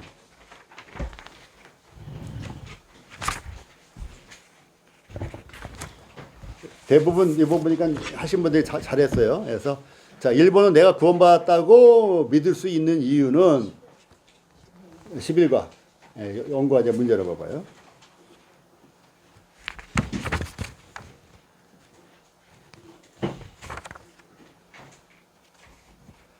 구원받았다고 믿을 수 있는 이유는 요 가끔 틀린 분이 계시더라고요. 자, 앞에 거 어느 것도 아니죠? 아까 읽었던 내용이에요. 그래서 1번도 아니고 2번도 아니고 3번도 아니고 4번도 아니고 그래서 위에 어느 것도 아니다. 이렇게 답을 쓰셔야 되고 그 다음에 2번에는 구원받은 믿음이란 이것도 틀린 분들이 몇 분 계셔요. 성경 말씀에 동의하는 것 아니죠. 단순 지적 동의가 아니에요. 예. 그 다음에 온 마음을 다해 하나님 믿는 거 이거 쓴 분들이 있더라고요. 뭐 쓸 수 있죠. 온 마음을 다해 하나님을 믿는 것이 이것이 구원받는 믿음이다. 이렇게 생각할 수 있어요. 근데 예를 들어 볼게요. 사도 바울이 그리스도인들을 잡아 죽이려고 다닐 때는 사도 바울이 누구를 믿었어요? 하나님을 믿었죠. 하나님을 믿는데 누구보다도 열심히 믿었는 거죠. 그때 이름은 사울이라고 불렀어요. 근데 그때 구원 받았어요? 안 받았어요? 안 받았던 거예요. 그래서 하나님을 믿는 것이 아니라 예수 그리스도를 향한 믿음이어야 된다. 예수 그리스도의 피에 대한 믿음이어야 된다. 근데 이제 여기는 이제 보통 유대인들이 바리새인들이 믿었던 것처럼 온 마음을 다해 하나님을 믿은 거예요. 아까 바리새인도 온 마음을 다해 하나님을 믿고 있었어요. 그러나 그들은 구원받지 않고 예수님을 죽이려고 했어요. 십자가에 못 박은 사람들이 바로 그들이에요. 하나님을 온 마음으로 다해서 하나님을 믿는 그 자들이 예수님을 못 박게 내어주고 그를 송사한 거라고요. 이방인들이 아니고요. 오히려 이방인 그 빌라도는 어떻게 했어요? 놓아주고 싶어 했단 말이에요.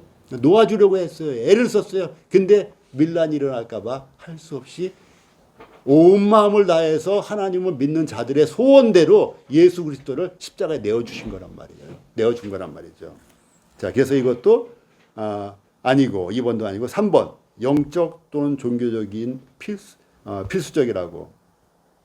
영적인 거, 종교적인 것이 필수적이라고. 이것도 이제 일부는 맞는 거지만 구원받는 믿음은 아니다. 또 4번도 일부는 맞죠. 예수님이 살았고 죽었으면 역사상 가장 위대한 인물. 일부는 맞는 건데 그는 하나님의 아들이시고 죄 없는 사람이고 이런 것이지. 일부만 얘기한 거기 때문에 위에 어느 것도 아니다. 구원받는 믿음에 한해서 사실은 맞는 내용들이 많이 있지만은 구원받는 믿음하고는 거리가 멀다. 이런 의미가 있는 건데 이 질문을 잘 파악을 못 하신 것 때문에 나온 거예요. 자, 그 다음에는 뭐 각각 주관식으로 쓰시는 거고. 여기까지 해서 혹시 질문이 있으시면 좀 질문을 해주시면 좋겠어요.